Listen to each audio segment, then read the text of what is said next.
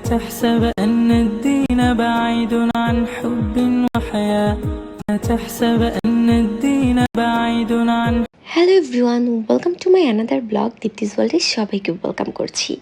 এটা হচ্ছে আমার 5 রমজানের ভিডিও। আমি একটু লেট পোস্ট করছি, তো আমি অফিস থেকে 1 ঘন্টা আগে বের হয়ে যাই ইফতারে। আজকে আমার কিছু প্রিয় মানুষরা মিলে একসাথে আমরা ইফতার পার্টি করব।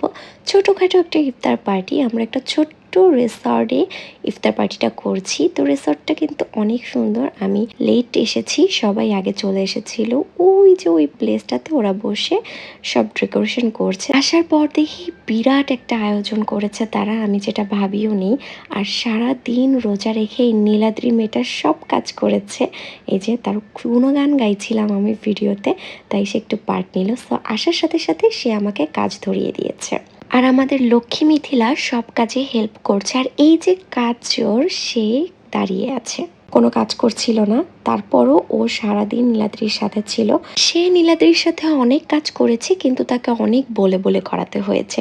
তো যাই হোক, সব কিছু ডেকোরেশন করা শেষ। এই হচ্ছে ফাইনাল লুক। অনেক খাবার ছিল, সবকিছু অল্প অল্প করে রাখার চেষ্টা করেছে। বিভিন্ন রকমের ফল ফ্রুট ছিল, হালিম ছিল, ফালুদা ছিল, খেজুর ছিল, জিলাপি ছিল, 2 রকমের শরবত ছিল, আরও অনেক কিছু রেখেছে। বাবারে বাবা, বলে শেষ করতে পারছি না। সাথে ছিল মুরগির মাংস কষা আলু দিয়ে। এত বেশি মজা হয়েছিল এই মুরগির মাংসটা। নীলাদ্রির হাতের রান্না আসলেই অনেক মজা। এছাড়াও ছিল ডিম বিরিয়ানি, খিচুড়ি ছিল, মানে সবগুলো আইটেমই অসাধারণ ছিল। আর এই যে আমাদের সুন্দরী কাচ্চর সারাদিন ফোন হাতে নিয়ে ফোনে কথা বলতে থাকে, চ্যাটিং করতে থাকে। আর এই যে এখানে লাইক, ফলো, কমেন্ট করতে বলছে আপনাদের।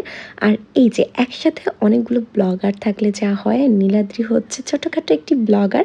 সে ব্লগ করা নিয়ে, ভিডিও করা নিয়ে ব্যস্ত। আচ্ছা, আপনারা আমার মতো বোকা ছোটবেলায় কে কে ছিলেন বলেন তো? এই রুয়াফজা না খেলে গুনাহ হয়, এরকম একটা থিঙ্কিং আপনাদের মাথায় কারো কাজ করতো বলেন তো? এটা আমার মধ্যে না কাজ করতো, যে রুয়াফজা খেলে হয়তো অনেক সোয়াব পাওয়া যায়, আর না খেলে হয়তো আল্লাহ গুনাহ দেয়। ছোটবেলায় আমরা কত বোকা ছিলাম, তাই না? আমার মতো এরকম কে কে ভাবতেন একটু কমেন্ট বক্সে জানাবেন তো। অনেক বকবক করে ফেলেছি, এর মধ্যেই আজান পড়ে যায়। আমরা ইফতার খুলি, আর এই মহব্বতের শরবতে এত বেশি মজা হয়েছিল। থ্যাংক ইউ সো মাচ নীলাদ্রিকে। তো সবাই মিলে আমরা এখন খাওয়া দাওয়া করছি লাইট জ্বালিয়ে। রিসর্টে লাইটের এই পাশটাতে লাইটের কোনো ব্যবস্থা ছিল না। আর নীলাদ্রি যে ভাগাভাগি করতে বসেছে নিজে খাওয়া দাওয়া বাদ দিয়ে। প্রিয় মানুষদের সাথে সুন্দর একটা মুহূর্ত কাটালাম। সবাইকে রমাদান মুবারক। সবাই ভালো থাকবেন, সুস্থ থাকবেন, আমার জন্য দোয়া করবেন। যারা